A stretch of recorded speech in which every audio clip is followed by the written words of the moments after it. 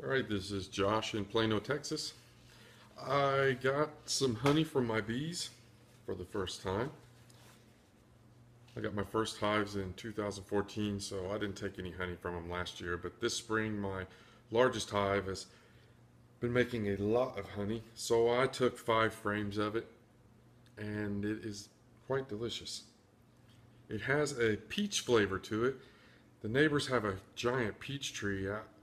Honestly, I don't know if a peach tree equals peach tasting honey or not, but it definitely has a peach flavor to it. So it's either coincidence or definitely that tree a couple of houses away.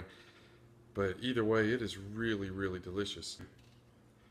Okay, there's a couple of ways you can do this to get the honey out of here. Actually, there's more than a couple, but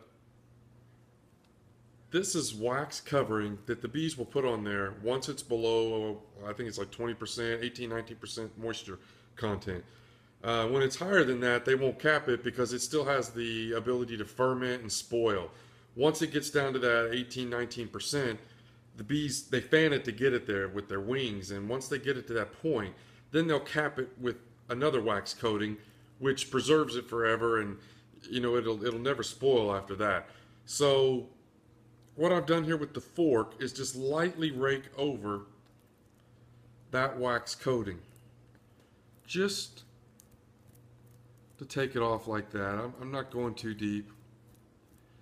And then what you could do after that is put it in a spinner, a centrifugal spinner, and it would pull all the honey out from the frame. And there's stuff on both sides. I don't have one of those because they are quite expensive and I'm just a hobbyist beekeeper. So another way you can do this is to scrape them just like we've done here and then turn them upside down for an extended period of time and let it drain out. Because what the bees do when the bees make this, they build these cells, but they don't build them exactly horizontal, perpendicular to the frame there. They'll actually do it at a slight angle. I'm going to exaggerate the angle, but they build them at an angle up like that so that the honey won't be able to drip out. So obviously if you turn it upside down, all that honey is going to pour out of there once you've scraped the caps off. Because of the long weird shape of these and because I use a strainer bucket back here, that method's not really good either. Those methods where you scrape it off and drain it are really good because you don't damage the wax underneath and it's a lot less repair work for the bees once you put these frames back in there. Unfortunately, the way I'm going to do it is kind of like you see up here in the corner.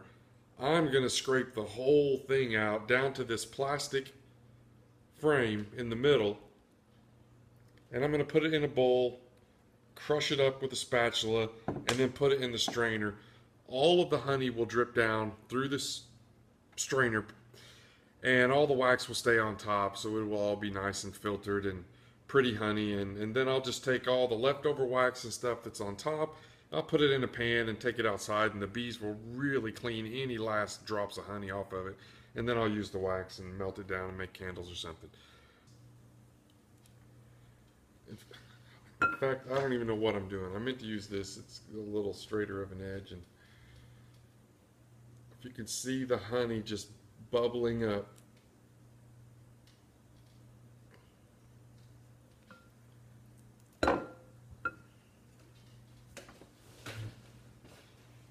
And this is just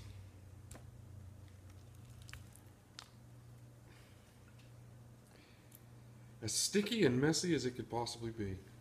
But the payoff, right?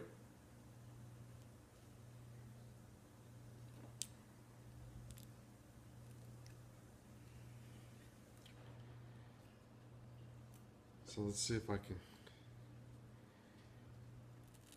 You see the honey pouring there?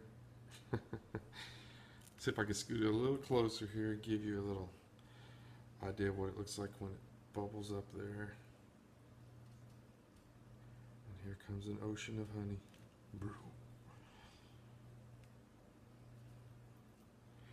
So we'll strain it and all these bits of wax will come out. I don't mind the wax at all. My wife does not like it one bit and she complains nonstop. So I'll go ahead and strain this batch. And I may strain the honey that I got last November from a hive of mine that had died. because it has wax in it and she won't eat it. She's a big baby. How delicious does that look though? I mean, so much honey. And that's just one side. There's 5 of these, so it's 10 sides altogether for a lot of delicious honey. A lot, a lot, a lot. And right about now, my hands are starting to get sticky.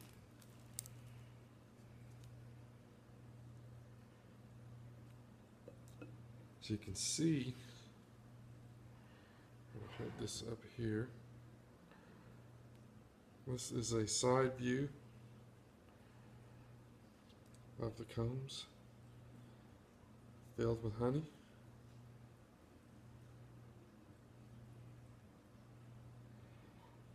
Delicious, delicious honey.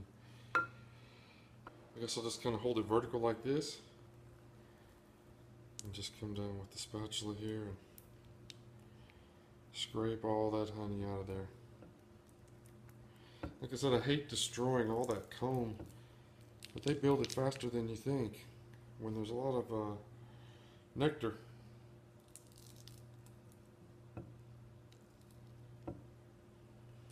They had, I want to say 13 frames just completely packed.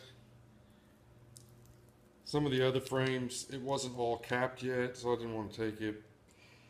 Plus 5 frames is a lot of honey, so I'm already going to have a lot of honey here. I'm really not in the beekeeping for the honey. This is just kind of a nice little bonus for me. I like honey, but it's not a staple for me, and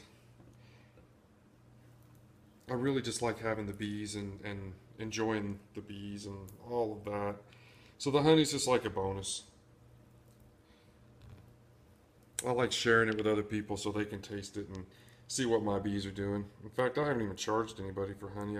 I did a large cutout last year and got a large amount of honey from that, but I just gave every bit of it away to different friends and family so they could just taste it and see what it was. So now, as you can see, I think I pretty well got that piece done. It's back to this plastic. What this is some people will use this plastic and some people won't. It's a preference thing. It's my first year last year, so I bought them with the plastic in. As you can see, it's got an imprinted pattern of a honeycomb, a hexagonal cell, and they put a light coating of beeswax over that just to give the bees a nice flavor, taste of beeswax, to make them want to build on it. And what they'll do is they'll take this thin sheet of plastic here, and like you saw, they'll build these out and make them thick and fill them with honey or pollen. As you can see, right here is a bit of pollen, and down here is a bit of pollen from some flowers that was underneath the honey.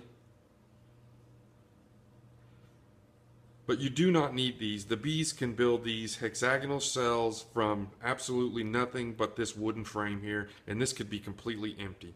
So, either way, obviously the bees can do it.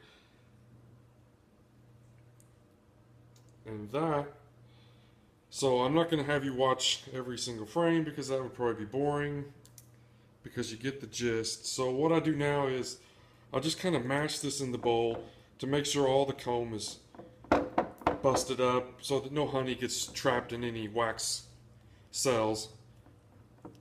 And then I will pour it into the bucket that you see behind me that has a 5-gallon paint strainer on it that you buy at Home Depot for, gosh, pennies. I mean, it's not very much at all. And then I'll leave this for several hours and it will strain. So to give you an idea, it's just a paint strainer. I just kind of wrapped it into the bucket so it doesn't want to lift when I start piling the honey in there. So I will put the honey in here,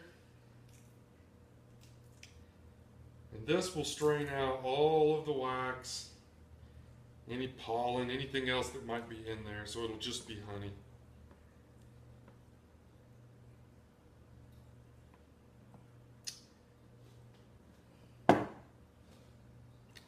And this,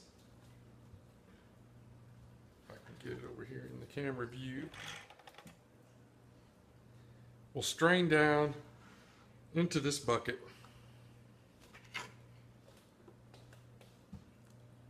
And then I'll take it out of that bucket and put it into nice little jars. So, as you can see, I've got a little bit of work today. And this is only for 5 frames front and back. So you can see the side we did and the side we haven't. And you can see down here is some nectar, just so you know what it looks like, that hasn't been capped yet. So this bit of nectar in here was not dry enough yet for them to put wax capping on it. So they just hadn't capped it yet. You can see where I bumped it against the thing and it scraped some of the wax off and it's dripping. The same right here.